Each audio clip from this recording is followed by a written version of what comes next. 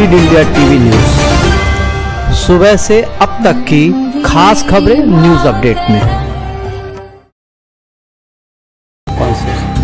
नमस्कार दोस्तों, मैं साहिल श्रीवास्तव आज लीड इंडिया टीवी स्टूडियो में मिस्टर के कुमार कॉन्शियस सिटीजन फोरम के अध्यक्ष आए हुए हैं और आज का वो विषय है जिस विषय पर कोई चर्चा करना नहीं चाहता है। आखिर क्यों?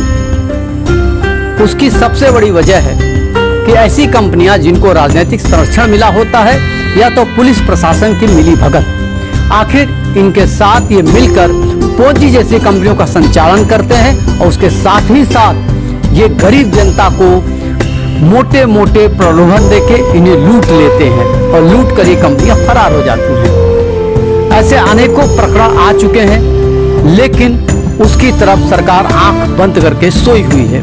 तो आइए हम आज ऐसी कंपनियों के बारे में चर्चा करेंगे के कुमार जी से और जानना चाहेंगे वो किस कंपनी के बारे में बता रहे हैं। वो कौन सी कंपनी है जो इतना बड़ा स्कैम महाराष्ट्र में कर रही है और सरकार सोई हुई है। तो हम जानते हैं के कुमार जी से।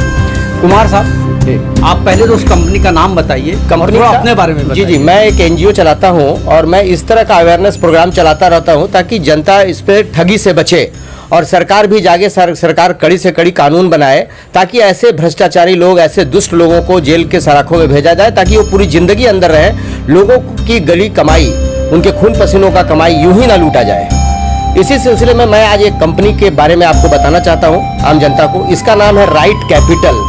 ये आप देखिए, राइट कैपिटल को मैं दिखाना चाहता हूं आपको। ये है हमारे कैमरे को दिखा दीजिए। ये राइट कैपिटल कंपनी है।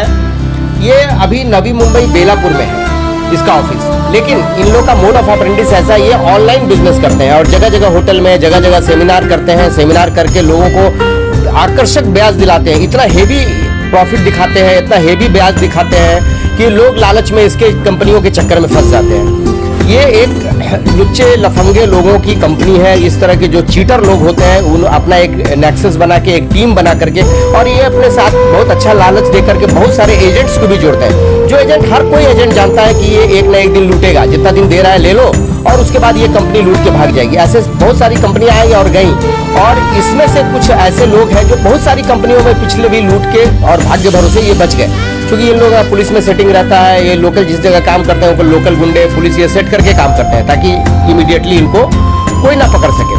उसी सिलसिले में मैं आपको ये बताना चाहता हूँ कि ये राइट कैपिटल के 3 इडियट्स जो इनके डायरेक्टर्स हैं उनके बारे में मैं बताना चाहता हूँ। आप ध्यान से देखिए। एक है ये नरेंद्र कामले, ध्यान से देखिएगा इनका चेहरा। ये नरेंद्र कामले हैं। दोस्तों, इस चेहरे को पहचान लीजिए, नरेंद्र कामले। ये बताते हैं कि ये बहुत बड़े शेयर ट्रेडर हैं। इनके बच्चे, ये लोग शेयर ट्रेडिंग करते हैं। शेयर ट्रेडिंग में करोड़ों रुपया कमाते हैं और कमा के लोगों को अच्छा प्रॉफिट दिलाते हैं। दूसरा है, ये देखिए, एक आशीष रोटे। ये बहुत अच्छा मोटिवेटर है। ये लोगों को उलझाने, फंसाने, फुसलाने में बहुत एक्सपर्ट है। लोगों का ब्रेन वॉश करता है। ब्रेन वॉश करके उनको अपनी कंपनियों का स्कीम, योजना बताता है ताकि लोग ज्यादा से ज्यादा इसमें पैसा इन्वेस्ट कर सके। दोस्तों, राकेश आशीष रोटे का चेहरा मैं आपको स्क्रीन पे, फुल स्क्रीन पे दिखाऊंगा। आप ऐसे व्यक्तियों को पहचानिए। ये आपके घरों से आपके बीवी के गहने, आपकी एफडी, आपके बच्चों के पैसे, ये सब लूट के निकल जाने वाले हैं। तो मैं फिर यहीं से पूछूंगा कि और तीसरे डायरेक्टर का नाम बताइए। 3 इडियट्स में एक है मिस्टर जाकिर खान। देखिए, ये 5 वक्त नमाजी, ईमान बेचने वाले का काम कर रहा है। ये ईमान के रखवाले, ईमान बेचने का काम कर रहे हैं, भोली भाली जनता को लूटने का काम कर रहे हैं। इनके वेशभूषे पे मत जाइएगा। ये दिखने में 5 वक्त के नमाजी हैं, लेकिन ये ईमान बेचने वाले इंसान हैं। ऐसे अपराधियों को कहाँ होना चाहिए ये जनता डिसाइड करे। दोस्तों, जैसे इन्होंने जाकिर खान, एक बार दिखा दीजिए कैमरे पे। ये जाकिर खान एक ऐसे शख्स है कि 5 टाइम की नमाज पढ़ते हैं और दुनिया को बताते हैं कि मैं इतना बड़ा नमाजी हूँ। इंसानियत और जो है अपनी सच्चाई की वजह से लोगों को गुमराह करके और इन कंपनियों में इन्वेस्टमेंट करवाते हैं। रेट ऑफ इंटरेस्ट पे कि आपको ज्यादा प्रॉफिट मिलेगा, लेकिन ये खेल चलता है 4 महीने और फिर आपको लूट के चले जाएंगे। और इनका स्कैम होता है 300 से 400 करोड़ रुपए का, और इसके ऑफिस चल रहे हैं, और इनके लोकल ऑफिस में वहाँ का पुलिस प्रशासन और राजनीतिक लोग भी मिले हुए हैं। तो मैं चाहूंगा क्या पुलिस का भी इनका साथ होता है? यहाँ पुलिस इस पे मेहनत नहीं करना चाहती, क्योंकि ये लोग साइबर क्राइम करते हैं, एक तरह से सॉफ्टवेयर के थ्रू ये काम करते हैं, ऑनलाइन काम करते हैं। इनका इस पे जूम पे मीटिंग होता है, इनके एजेंट जितने और इन्वेस्टर जूम पे जुड़े रहते हैं, तो पुलिस इन पे मेहनत नहीं करती है, क्योंकि साइबर क्राइम में हमारे यहाँ इंडिया में या महाराष्ट्र में अभी उतना एक स्मार्ट पुलिस नहीं हुई है जो इन लोगों को पकड़ पाए। और ये लोग सॉफ्टवेयर के तहत पैसा लेते हैं और पैसा फर्जी बैंक अकाउंट खोलते हैं, फर्जी बैंक अकाउंट में डालते हैं, और वहां से ये पैसा निकाल के ये दुबई में या दूसरी कंट्री में या भेज देते हैं। ये भी तो हो सकता है इन पैसों से आतंकवादियों के पास भी पैसा जाता होगा, आप हथियार खरीदे जाते होंगे। अब ऐसे लोगों को आप देखेंगे तो आप समझ सकते हैं कि आतंकवाद होना कोई बहुत बड़ी बात नहीं है। दूसरी बात मैं आपको एक बताना चाहता हूँ, ये देखिए ये आशीष रोटे,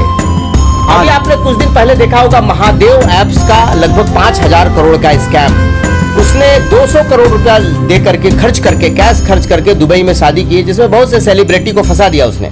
सेम उसी तर्ज पर ये बहुत जल्दी अपनी शादी करने की तैयारी कर रहा है। उसी तर्ज पे ये महादेव ऐप से बहुत इंस्पायर्ड है कि ये भी शादी कोई दुबई में जाके करे, चार्टर्ड प्लेन बुक करके करे, और ये सब अपने खून पसीने की कमाई से नहीं, जनते की खून पसीने की कमाई, जिसको ये लोग लुटेरे लूट करके और अपने ऐश मौज में ये खर्चा खत्म करेंगे। तो आप जनता से यही निवेदन है कि राइट कैपिटल कंपनी को पहचाने। इन सारे तीनों लोगों का जो मैंने 3 इडियट्स का जो मैंने चेहरा दिखाया है, वो इन 3 इडियट्स को पहचाने, इनको मुकाम पे पहुंचाएं, इनकी कंप्लेन करें, जो इन्वेस्ट कर रहे हैं पुलिस में कंप्लेन करें। पुलिस अगर ना सुनती हो तो हम लोगों से संपर्क करें। इन लोगों को लूटने से, महाराष्ट्र की जनता को लूटने से बचाएं, और ये तभी हो सकता है जब हम आप सभी जागृत हो जाएं, इनको इनके मुकाम पे पहुंचाएं। अच्छा कुमार साहब, एक सवाल अहम भी है, तो क्या ये जो इनके साथ कोई चीट किया हुआ व्यक्ति आपसे मिला? सब देखिए, चीट किए हुए व्यक्ति तब तक नहीं मिलते हैं जब तक ये कंपनी भाग नहीं जाती है, क्योंकि उनको ये लगा रहता है कि बीच में मैं अगर जाऊंगा, कंपनी भाग गई तो मेरा इन्वेस्टमेंट डूब जाएगा। और थोड़े दिन तक ये लोग एक पिरामिड टाइप बनाते हैं, जैसे 10 आदमी का पैसा वापस करने के लिए 100 आदमी का उठाते हैं, 100 को वापस करने के लिए 1000 उठाते हैं, 1000 को वापस करने के लिए प्रॉफिट के साथ लाख उठाते हैं। जब इनका चेन टूटता है तब ये जो लास्ट का जो पैसा रहता है, 1,00,000 2 लाख आदमी का पैसा, ये उठा के करोड़ों रुपया लेके चले जाते हैं। अच्छा, एक चीज बड़ा अहम है कि जब इतनी बड़ी चीटिंग होती है, उनको करोड़ में 100, 200, 500 करोड़ का पैसा आता है, तो किस अकाउंट से रोटेट हो जाता है? उनका बैंक अकाउंट है, पैसा निकलता है, जीएसटी होता होगा, सब नियम कानून भी हैं। इसमें मैंने इसके पहले भी बहुत सारी इस तरह की एजेंसियों पे, इस तरह के डमीज कंपनी पे काम किया हूँ।